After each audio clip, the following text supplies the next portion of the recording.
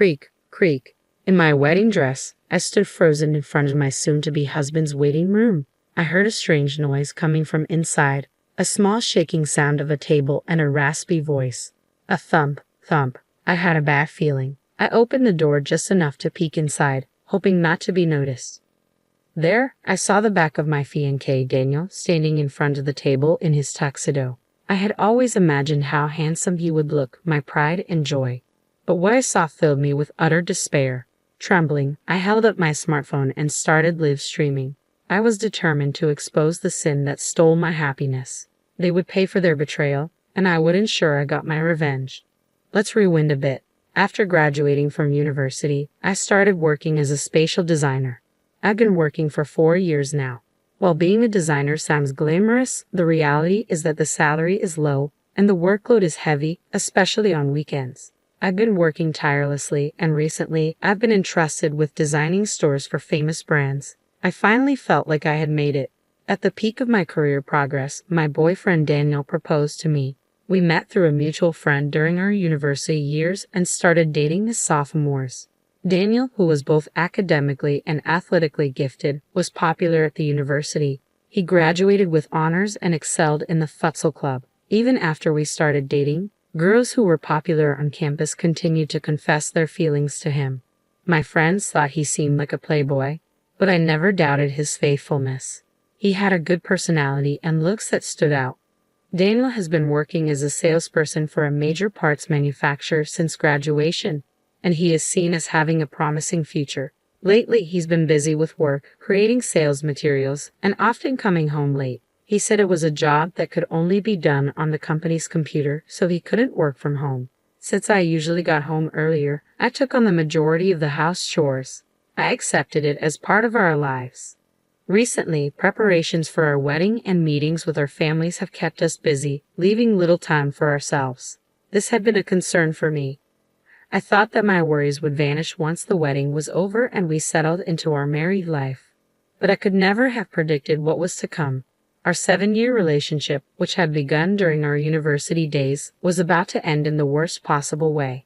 About half a year after accepting Daniel's proposal, we went back to our hometown to introduce him to my family. My younger sister, Amelia, who was 2 years younger, had surprisingly come home too. At that time, Daniel and I were living in an apartment a 30-minute drive from our parents' house. Amelia, who lived alone at a convenient distance from both our place and our parents, was meeting us at our parents' house for the first time in several years. "Huh, you're home. That's unusual. I hadn't heard that Amelia was coming." "Well, yeah. I wanted to see who my big sister was marrying," she replied. "Oh, so it's this guy. Nice to meet you. I'm Amelia." She was always overly friendly, but something about Amelia's sweet, babyish voice bothered me a little. "Nice to meet you. I'm Daniel," he greeted back in a gentlemanly way. The way Amelia grinned at that moment made a strange discomfort grow inside me, but I didn't think much of it, as Daniel didn't seem to react unusually. My sister Amelia and I are polar opposites. Amelia, who is good at winning people's hearts, always gets what she wants. She's not exactly a beauty, but her charming smile captures people's hearts. Despite attending a high school with strict rules, she was never disciplined for things like dyeing her hair or shortening her skirt. I know she received more allowance from our parents than I did, being the older one. From the day she was born, she seemed to know what to say to please others and act in a way that made her liked by everyone. On the other hand, our parents often told me that I was too serious and that I should be more like Amelia. Amelia currently works as a salesperson for a mobile phone company and has been there for 2 years. Apparently, she's consistently among the top 10 salespeople nationwide. My sister and I have completely opposite personalities. While we haven't fought since we grew older, we haven't been particularly close either. There were times I wished I could be more like Amelia, who knows how to navigate the world effortlessly. But now I have Daniel, and a happy life awaits us. Sure, there were moments when I felt envious comparing myself to my younger sister, but now I was about to start a new family with the love of my life. I had a positive outlook on life at that time. 3 months passed and we finished registering our marriage. Preparations for the wedding ceremony were steadily proceeding. I was mainly the one pushing forward with the wedding plans. Daniel, in his 4th year at the company and taking on more responsibilities, sometimes couldn't come home due to work. Initially, Daniel was enthusiastic about the wedding ceremony, but gradually he showed less and less interest. Hey, about the wedding guests. I just got home and I'm tired. Can we do this another time? Besides, do whatever you like. I trust you. Oh, and I'll be coming home tomorrow. He would casually dismiss wedding topics like this. Deep down, I was frustrated, but I took a deep breath to calm myself down. Are you sure you're okay taking on so much work before the wedding? Aren't you tired? I'm fine, thanks. As the wedding ceremony approached, Daniel seemed more swamped with work. I wished he could show more concern about it as my fiancé. However, I tried to remain patient and supportive. I thought that Daniel being recognized at work and increasing his income was a good thing for us as a couple, and I tried to stay positive. Amidst all this, on a weekday night with only a month left before the wedding ceremony, Daniel, who had been coming home late as usual, came home unusually early. You came home early today. Dinner is ready, I said. Before I knew it, all the house chores had become my responsibility. Thanks, but more importantly, I have something to discuss with you, he replied.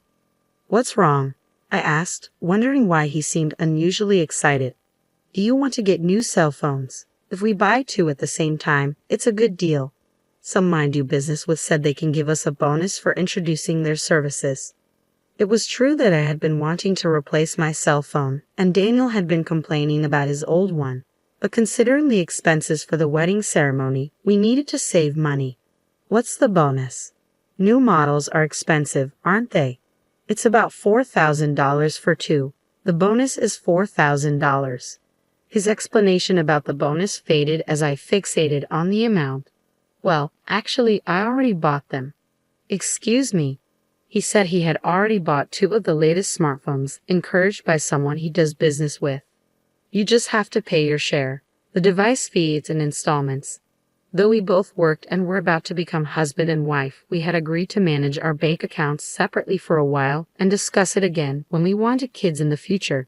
So now, he wanted me to pay for my portion of the phone he had bought on his own, but what's bought is bought, and we can't return it. I remembered we were planning a surprise using smartphones for the wedding ceremony. The latest model could capture beautiful images, so maybe it was okay. Seeing Daniel looking pleased, I lost the will to get angry and forced myself to accept the situation. 1 month later, our long-awaited wedding ceremony finally arrived. I chose the pure white dress with my mother and mother-in-law. Daniel, who was busy with work and couldn't help with the preparations much, will surely be surprised when he sees me today. After entering the venue and getting ready, my close friend from university, Mila, came to greet me in the bride's waiting room. Olivia, congratulations, Mila said, tears in her eyes. Thank you. Hey, do you think the surprise will go well? I asked. I had planned a special event and asked the venue staff to prepare my smartphone to be connected to the screen. We were set to perform a surprise interview with the guests. I thought a regular event would be boring, so I asked the staff to do various things in terms of production for the ceremony to meet my demands. I wanted to pay attention to the details, an occupational hazard of being a spatial designer. The guests are already seated, so why don't you show the situation in the waiting room, like a sideshow, just like the groom's waiting room? You're right, that sounds really fun. Since I had planned the smartphone performance with the staff without involving Daniel, I hadn't told him about it yet. It would be a surprise if I suddenly informed him during the ceremony, so maybe it would be nice to give him a heads up and show him a little bit in advance. Feeling excited, I headed towards Daniel's waiting room. In front of his waiting room, I took a deep breath slowly, imagining how great Daniel would look in his tuxedo. Thinking that, I opened the door a little bit. Then I heard some noise. A small shaking sound of a table and a raspy voice. I wondered if he was with someone. I opened the door a bit more quietly so as not to be noticed. I saw the back of Daniel in his tuxedo, standing and facing the table.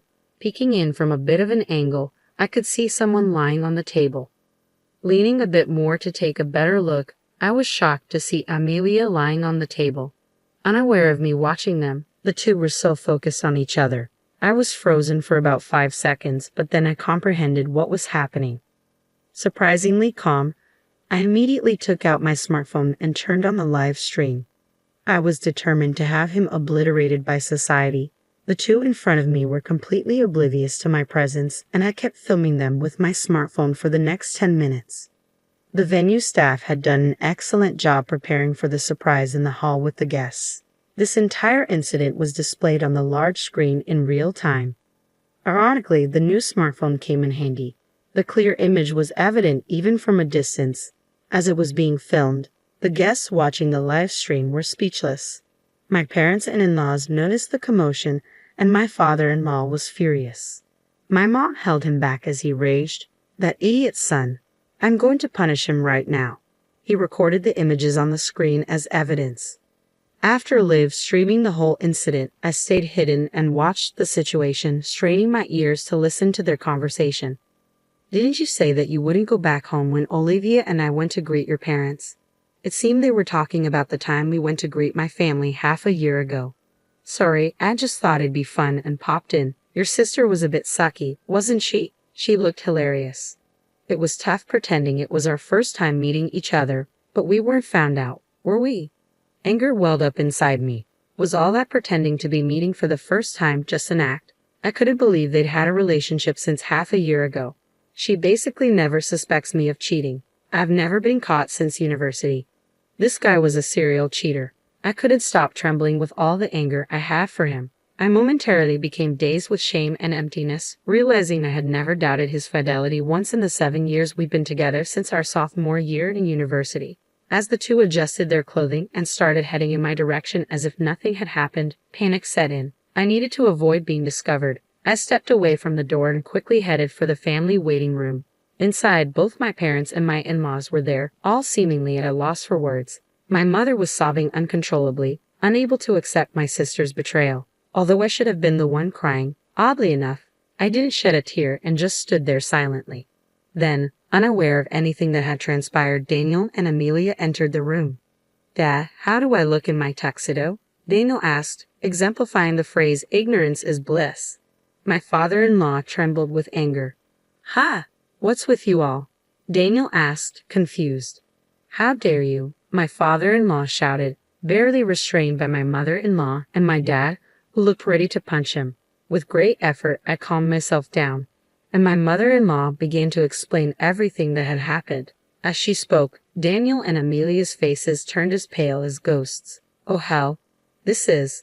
explain everything right here, right now," Daniel stammered.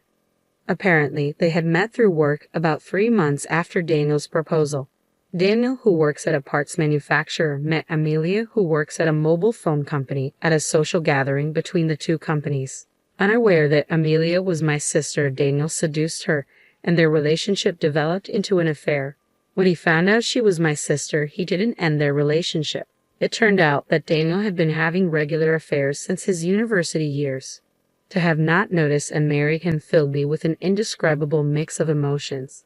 I was ashamed of how insensitive and unaware I had been.